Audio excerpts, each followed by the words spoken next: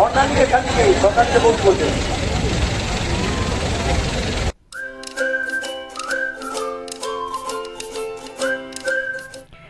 everyone, this is my second episode Rath Yatra blog. I am so sorry.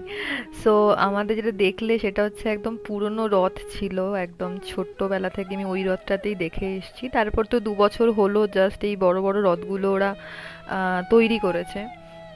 আমি যা শুনলাম, যেটুকুনি ইনফরমেশন পেয়েছি, সেটা নাকি এই রথগুলো বা এই ডেকোরেশনগুলো করার জন্য নাকি পুরী থেকেই নিয়ে এসছে কারিগর, তারা দিয়েই আর কি মানে বানিয়েছে, তাদের দিয়ে বানিয়েছে। I am so sorry.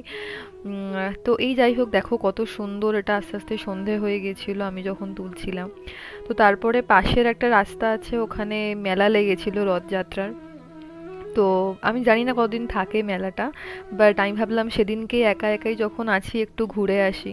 তো এখানে তোমার দেখতে পাচ্ছ নাগরদোলা, সেই ছোটবেলায় আমি তো কখনো উঠতে মানে উঠিনি কখনো, খুব ভয় পাই করে। তো তোমরা কে কে উঠেছো আমাকে প্লিজ কমেন্টে জানিও, আর কি কি ইনসিডেন্ট সেটাও পারলে জানিও। সো এটা তো পান স্টল, আর এটা তো সেই ছোট্টবেলাকার আমাদের হচ্ছে বুড়ির চুল যেটা আমরা বলি, বাট আমরা বলতাম হাওয়াই মিঠাই। তো আমি কিছুই সেখানে, সত্যি কথা বলতে গেলে, কিছুই খাইনি, আমি জাস্ট দেখে গেছি। আর এই যে দোকানটা, এখান থেকে জাস্ট আমি দুটো ছোট ছোট কানের কিনেছি নিজের জন্য, ব্যাস। আর কিছুই কিনিনি, মানে অনেক স্টল ছিল। তো ফাইনালি আমি একটা বোকা হয়েছি, কি 70 টাকায় আমি মানে ভাবছিলাম যে জল খুঁজছিলাম, ঠান্ডা জল, তো ঠান্ডা জল না পেয়ে ভাবলাম তো এটাই খাই। যখন অলরেডি দিয়ে দিয়েছি মুখে, তখন বলছে 70 টাকা। আমি বললাম যে মানে কি বলবো, যাই হোক, খুব জল তেষ্টা পেয়েছিল করে খেয়ে নিয়েছি। আর এই মানে সত্যি কথা বলতে গেলে দোকানগুলো দেখলে খুব মিস করি। ছোটবেলাতে অনেক খেলনা কিনতাম, এখন তো বড় হয়ে গেছি, তো খেলনা কেনার কোনো স্কোপ নেই। তো এই সব হোম ডেকোরের জিনিসপত্র, তারপরে তোমার হচ্ছে মাটির জিনিসপত্র, এখানে অনেক শোপিস কাইন্ড অফ ছিল। তো যেটা শুনছিলাম সেটা তো বললো হচ্ছে বিষ্ণুপুরের, জানি না।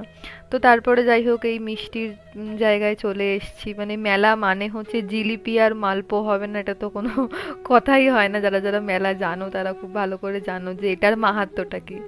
তো আমি তো গাছ দেখতে পারলে আর সামলাতে পারি না নিজেকে, তো আমি একটা গাছও কিনে নিয়েছি, সেটা একটু পরে দেখাচ্ছি।